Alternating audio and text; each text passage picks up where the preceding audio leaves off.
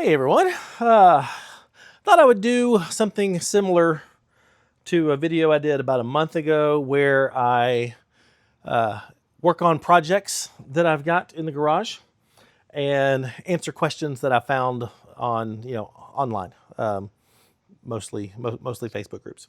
And that way, hopefully it's helpful and you might learn some stuff in how I'm installing new things. And I get stuff done. On the agenda for today, we've got, I picked up this Midland 575 at Overland Expo PNW for the new big rig for the Ross Monster, and I haven't installed it yet. So I need to get that done. And Larry with Anvil Overland has finished the design, the full production version of the dash bar for the F350. And so I want to get that installed. So those are my two main projects. I have a whole list of projects. I've got a new awning for Sully, just to test it out. I got a new awning for Sully. I've got some stuff to do to Kara's Wrangler. I can't remember. I've got a whole list on the whiteboard. Anywho, so what we have here is Midland 575 and power cord, because it's got to be wired directly to the battery. The 575 comes with the standard microphone and a magnetic base for the antenna. I'm not using that, I don't think. I've got the much better upgraded, they're fully integrated microphone. They're noise canceling microphone. It's got a bigger screen and you can read through the menus. I like this microphone a lot better, so got that. We have this in all of our Jeeps. Actually, we have all of this in all of our Jeeps. I got their new mini external speaker. I've got this in Sully. It's fantastic. We've got little other Amazon ones in the other Jeeps. And then a universal mount, antenna mount that I think I'm just going to mount it. This just kind of clamps onto the hood. I think that's where this is going. And then for right now, I've got the Ghost antenna. I may switch to a different antenna, but for right now, I've got the Ghost. So that's project number one. All right, so here's the plan with this. I actually found a spot very similar to where we have them on the Jeeps. And up here under the steering wheel is a very nice flat spot. Where is it? Right there. That I'm gonna put some Velcro strips on here, and then just slide this up under the steering wheel and mount it like that. That way, if I ever need to pull it out, I can just rip it off the Velcro. All the wires are nice and accessible under here, and I think that will be good. Let me get into the first question that I found. Here's one about limb risers. If you've seen some of my other videos, you know how I feel about those. But it says, "Hey Jeepers, any concerns on these for wind noise? I don't mind a bit, as well as have level 38." I don't know what that means. But he's asking about limb risers. Any concerns for these other than wind noise or for wind noise? Here, come with me. Okay. I actually made a video. Gosh, a while back. It's called 10 things. It's called things to stop doing to your Jeep, and one of them was to put limb risers on. Because here's the deal: limb risers go from here. There's a wire that runs from there up to here, and the theory is, in that video, I said it was to protect your paint, and I got lots of comments going, "It's not to protect your paint; it's to protect your windshield." And here's the thing: I run some of the tightest trails in the lower 48 in the Ozarks. There's probably some tighter, but I run some of the tightest trails. And people think that limb risers are to protect your windshield from getting damaged from a tree limb. And here's my question. Because in all of my encounters with a tree limb big enough and sticking out far enough and big enough to damage your windshield, why are you not just getting out and cutting that?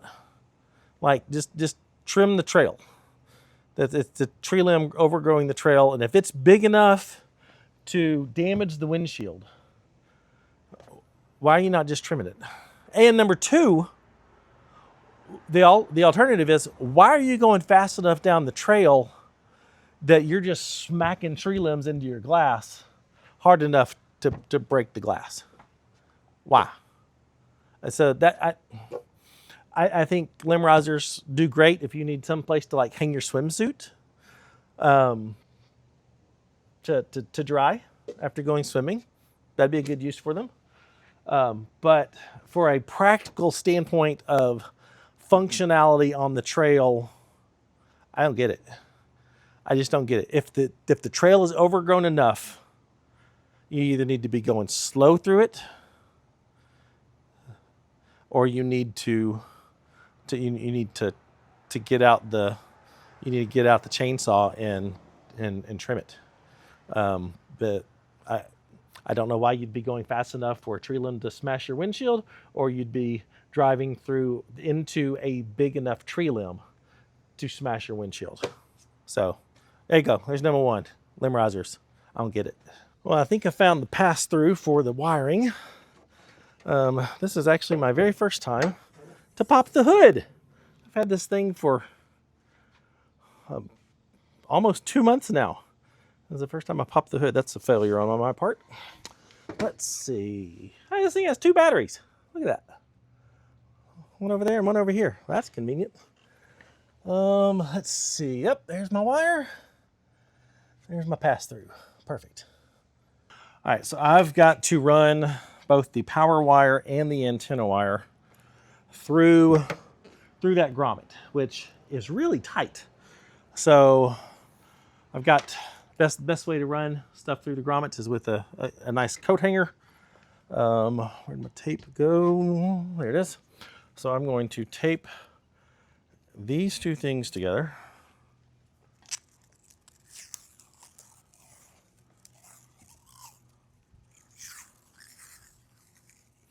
Then I'm going to tape them to the coat hanger.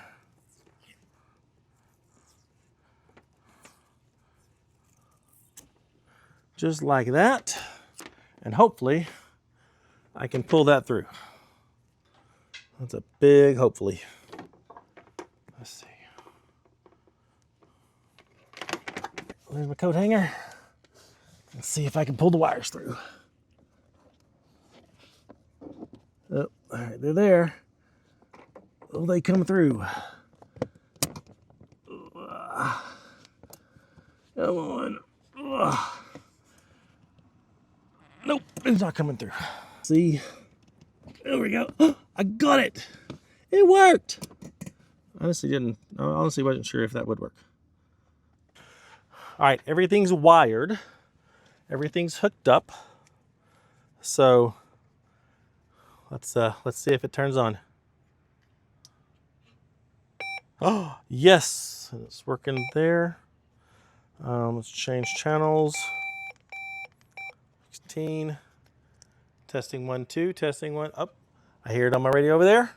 It works. All right, now I can just get everything in its place. I think running the wires through the firewall was probably the worst of it. Let's go next question. I have 22-inch rims and 35-inch tires. I need new tires. Should I keep the rims or go for 17-inch? Any trade-offs? Yeah, the trade-off for going from a 22-inch wheel with a 35-inch tire to a 35-inch tire and a 17-inch wheel is going to be much better ride quality, much better performance off-road, more selection of tires, cheaper tires. There is nothing but positive going to a 17-inch wheel. There is nothing but negative having a 22-inch wheel. Yeah, I don't understand this big wheel, small tire, low profile tire, kind of sports car, bro truck looking thing for an off-road vehicle. I don't understand it. So, yes, definitely 17-inch wheels for a 35-inch tire. Don't even consider a 20-inch wheel unless you're running 40s or bigger. Yeah, that's just that just looks like a rubber band wrapped around a quarter. That's no bueno. So there you go. All the positives, none of the negatives. Okay, to adhere the radio up on this little metal plate, I'm using just some super industrial, it's actually an outdoor Velcro that is rated for extreme. So there we go.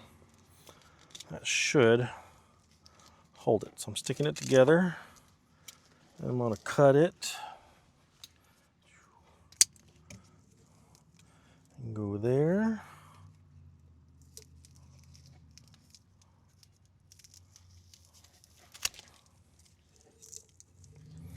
And then there.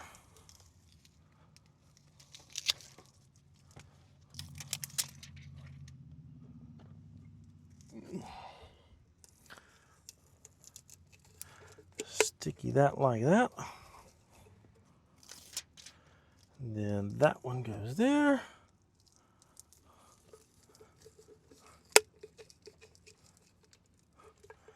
And then slide this up here. Luckily, I can take off this little side panel just like you can on a Jeep and see what I'm doing here, which is handy.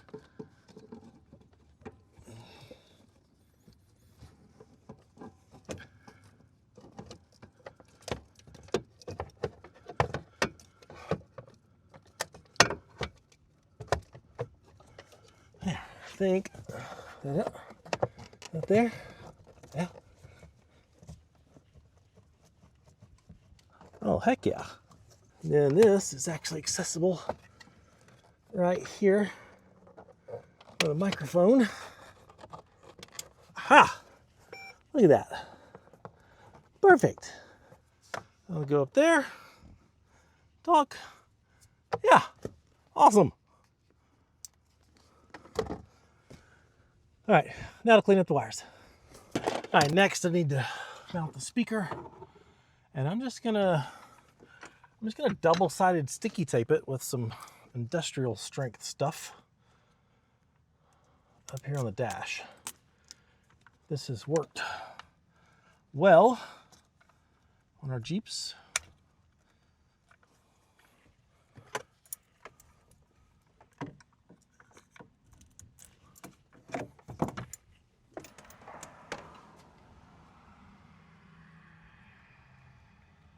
Just go right there.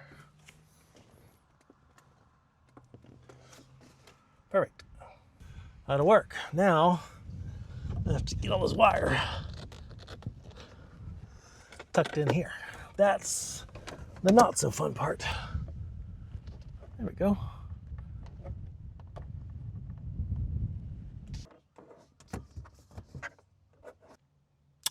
A little tape. I can just put a little tape, make that bigger, and make that stay. While I'm doing this, let's go to the next question.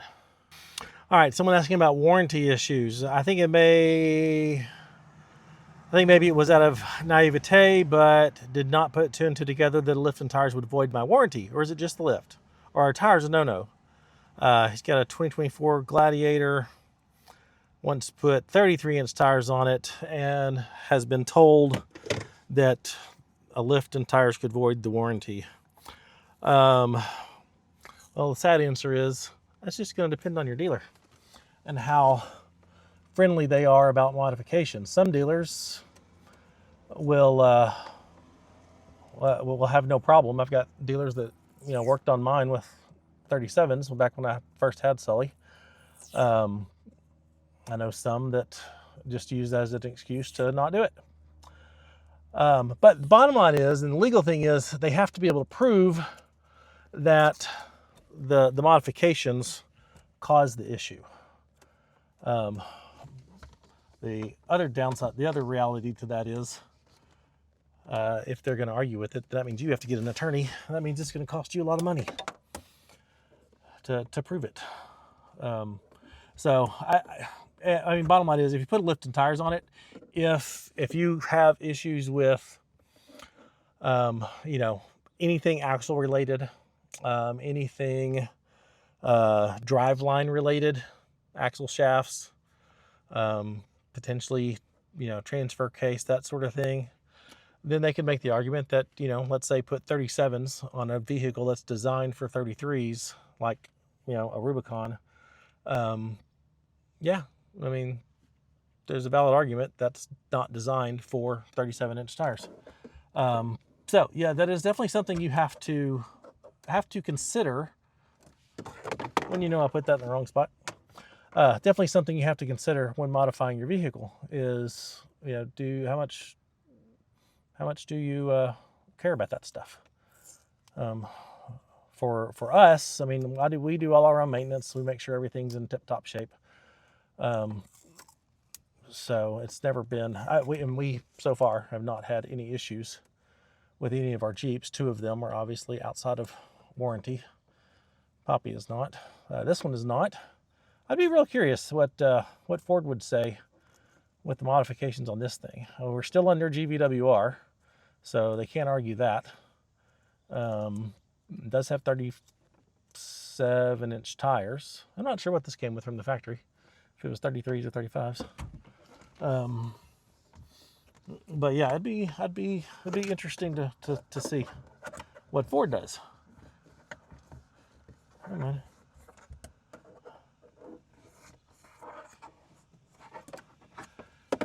Not enough there. Need more tape. And that's been the weirdest thing having this vehicle, is there's just still so much I don't know. Like, I've owned Jeeps for years now, modified them, worked on them, you know, both mine and friends, and I know Jeeps very, very well. I can typically diagnose a problem on a Jeep pretty well. This one right here is a whole new ballgame.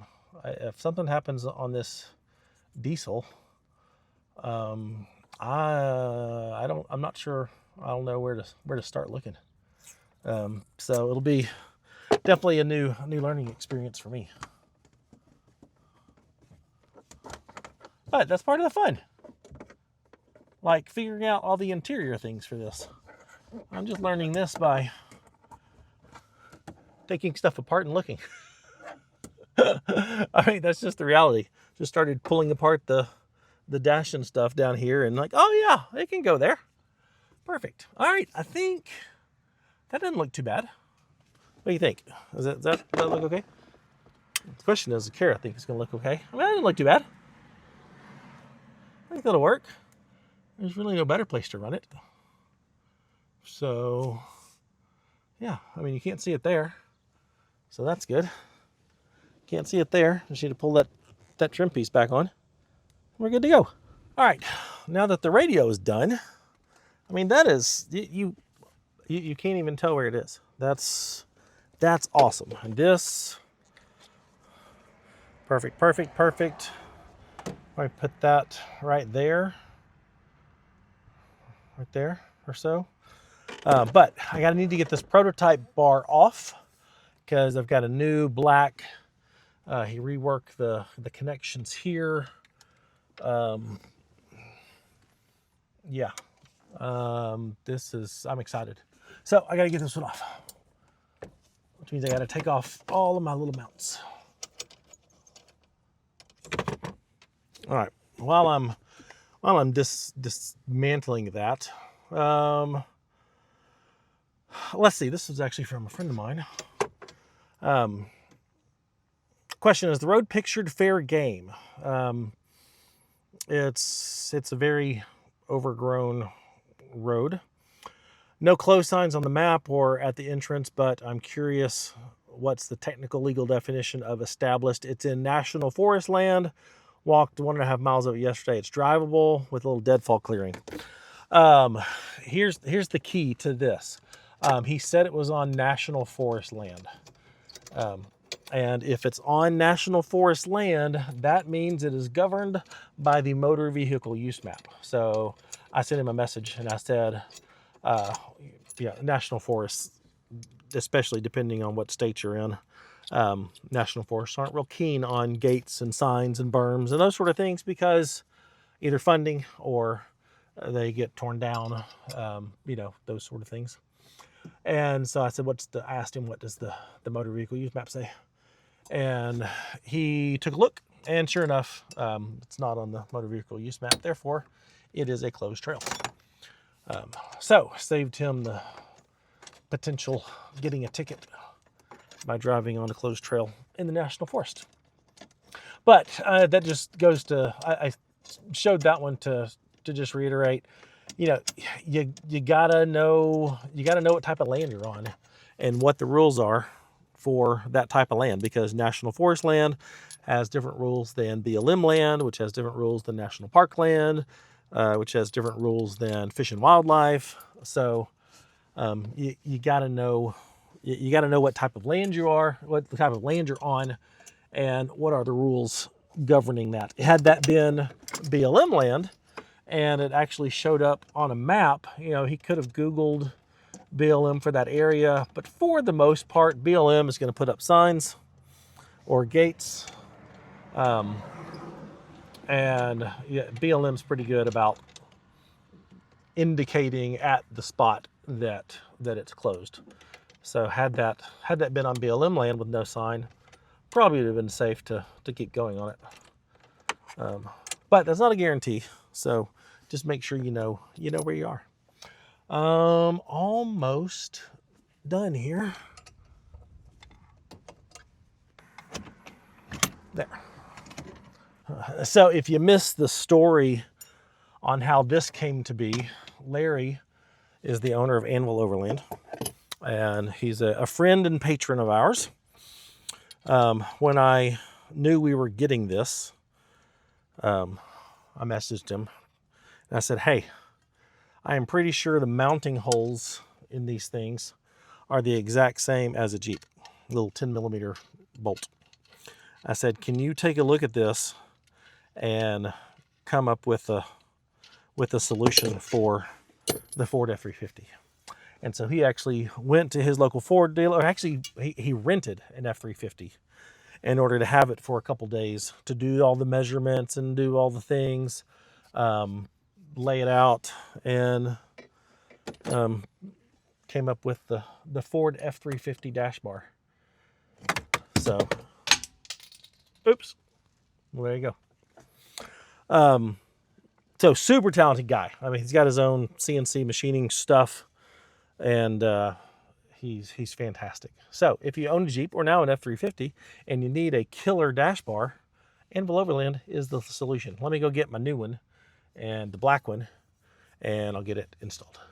So this is the new black bar, and he designed all new mounts for it. Instead of, well, here it is. So instead of a little angle piece like this, that was that was actually 3 pieces, he created this little work of art. This is all CNC'd aluminum. So now it is just one piece. Okay.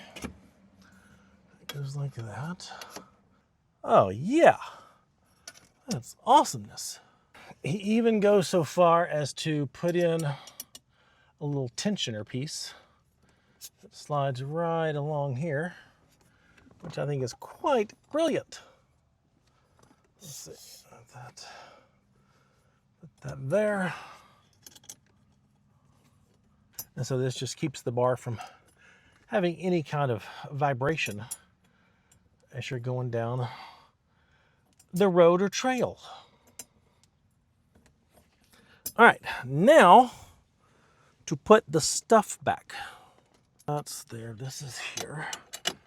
GoPro number 1 goes a little something like that. And then action cam number 2 goes right here in the middle. Actually get the camera and fine tune it. That looks centered.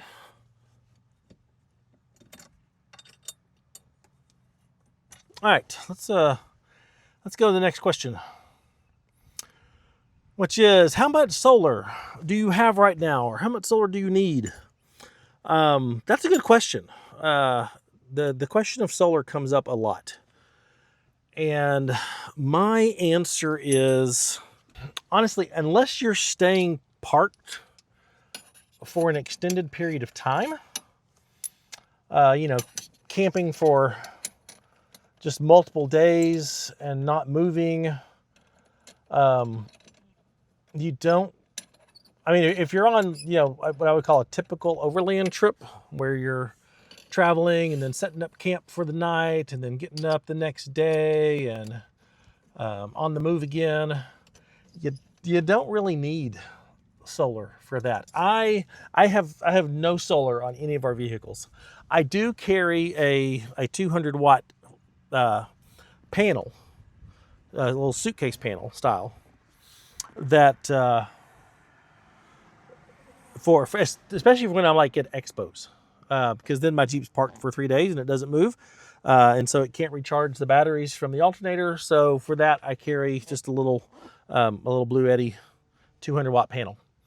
But other than that, I don't, because I've got enough batteries that will last me running the fridge and stuff for several days, if not even a week, depending on the weather. And, I just don't need it. Let's see.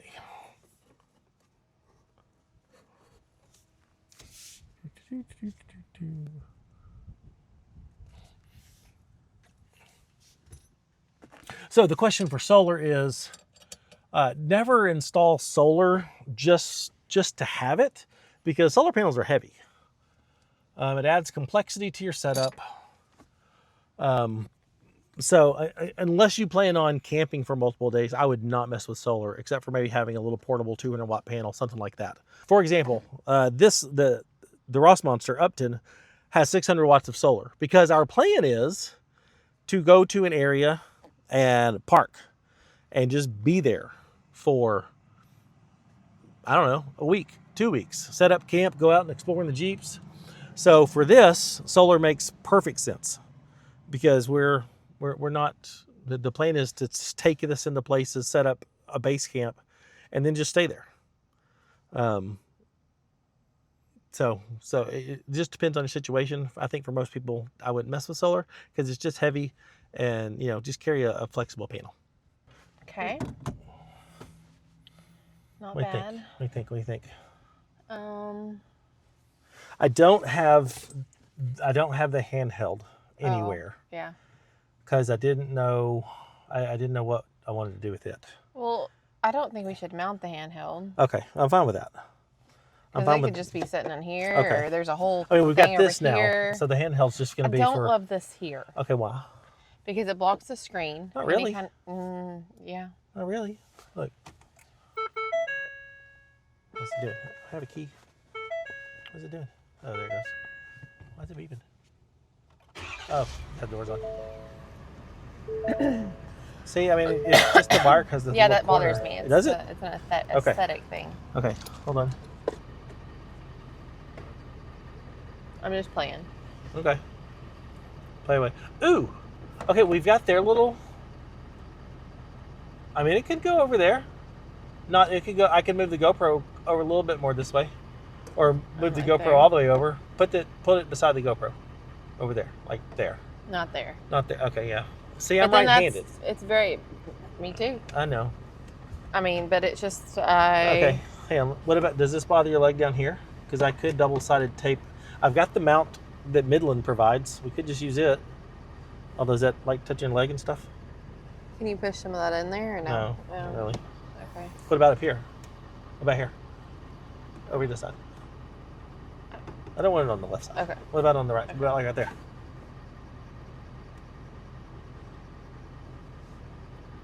Right there. Yeah. Can you hold it there? Mm-hmm.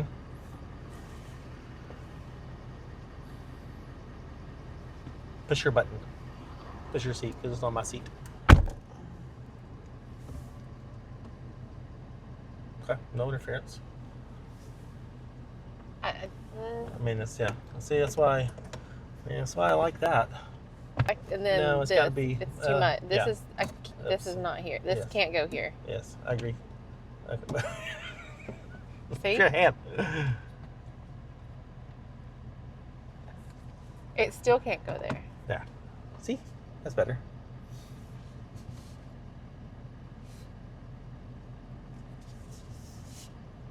I mean, that's gonna be down. don't That's like gonna be that. down when you're driving. I don't you like only that. got to shift it. All right, we got to come up with something because we You're got to right. have we We got to have do. microphone. We got to have phone. I mean, I'm okay. I mean, if you're okay with this, like that's just gonna be hitting your leg and stuff. Yeah, I'm not okay with that. Okay. I don't know. These are the things that we have to figure right. out, but we don't know. I was perfectly happy. Can you? What about reaching for it over here? No, that's gonna. Nope. So maybe we remove this and we move it to a different spot.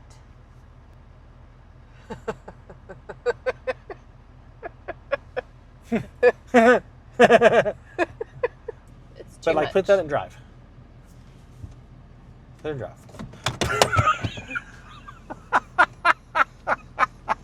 It still didn't make it to drive. You did even. that on purpose. You did that on purpose. No, You did. I did not. You did too. You knocked What it out about on right purpose. here? Look at that. That's handy. Like you can both ways. There. Right there. There. You're breaking things. I'm not. I didn't break anything.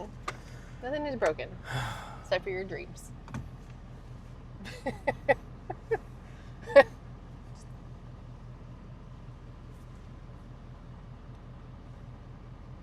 You wanted my opinion. I don't need any more. Go back inside. Keep playing your game. Where would this go? Over there? On this side? Like right here? Yeah. Kind of like how it goes up. Okay. Oh, what if I did get the extension from Midland, What extension? like we have in your Jeep?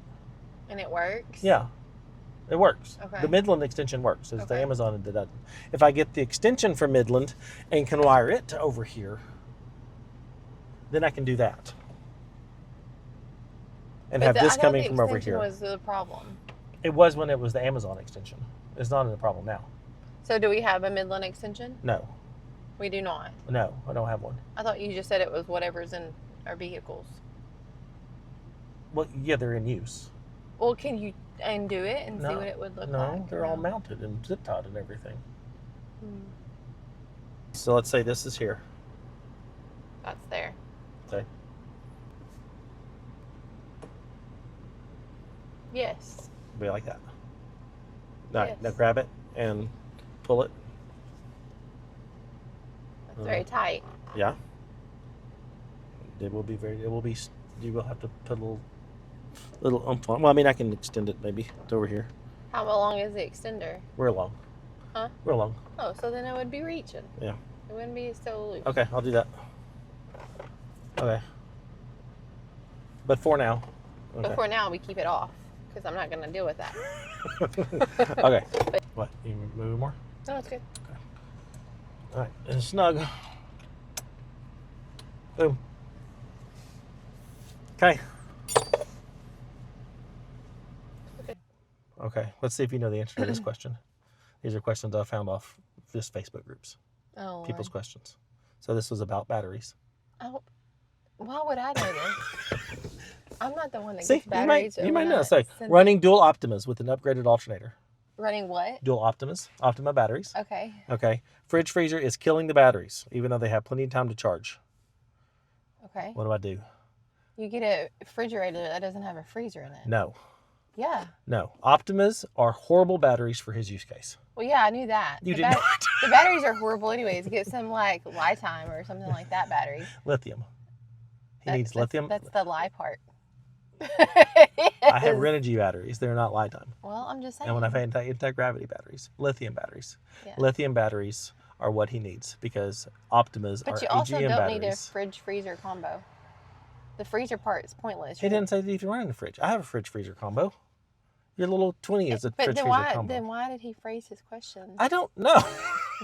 The question is about the batteries. Then he needs to be like, my batteries suck. What can I do? Well, I think that's in there. What is this, Overlanding USA? I don't know which group this came out of. Bro. Anyway, so the answer is AGM batteries, which is what an Optima is. AGM batteries are horrible when it comes to running your auxiliary things. Okay. You want lithium batteries for that. Because lithium batteries don't have voltage drop, which is what's killing his fridge. The voltage on the Optimas are dropping too fast, and it's killing his fridge. Okay. Or that's why he thinks his batteries are gone. But their batteries are not. I feel like this was question set me up for failure. Is there another question that I may be able to answer?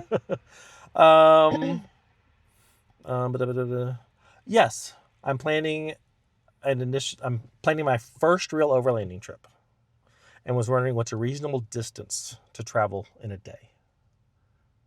A reasonable distance is variable based on you. True. Like it depends on how much you're wanting. Like, is that your overlanding travel, or is that to get to the place? No, that's during the overlanding trip. Like while we're in Colorado or while we're whatever. Like on one of our it depends. Trips. Like if you're doing a technical trails or if you're doing a heavy impacted forest where it's hard to get through. Keep in mind, he's got animals that need to potty. Okay. Wants to stop at swimming holes and do hikes. Then my thing is... he's wanting to know what's reasonable. He's trying to plan out his trip. How many days he wants to know. He wants to plan, okay, do I need to plan on 30 miles a day? Or 100 miles a day? I mean... I think if you're not planning on dying anytime soon, take your time and enjoy the day. I think that's reasonable. I would say 30 to 50. For a planning like that, stopping, hiking, swimming, to enjoy the day. If there's nothing to enjoy and you're just driving, you can easily do 100 miles. My thing is I went to Bowman Lake and we left it thinking, oh, we're going to go to Lake Tahoe. I think it's going to be beautiful. I wish we would have stayed at Bowman Lake and just enjoyed that time. Flexibility is key. So flexibility is huge. And if you find a place that you really, really love, remember you're just there to enjoy yourself too. Not necessarily to take up miles. Yep, exactly. That's a good answer. And on that, we're going to end and go get counseling. Why are we getting counseling? Because I went Chewy's for dinner? Oh my gosh. Because of this. This was good. This was a marital solution. We worked that out. Yeah. We did. Good job. You did the good install, and I had a good idea. You did. I actually thought I picked one of those up, but I didn't. I know. I just thought I did, but I didn't. Anyway, tell them bye. Goodbye.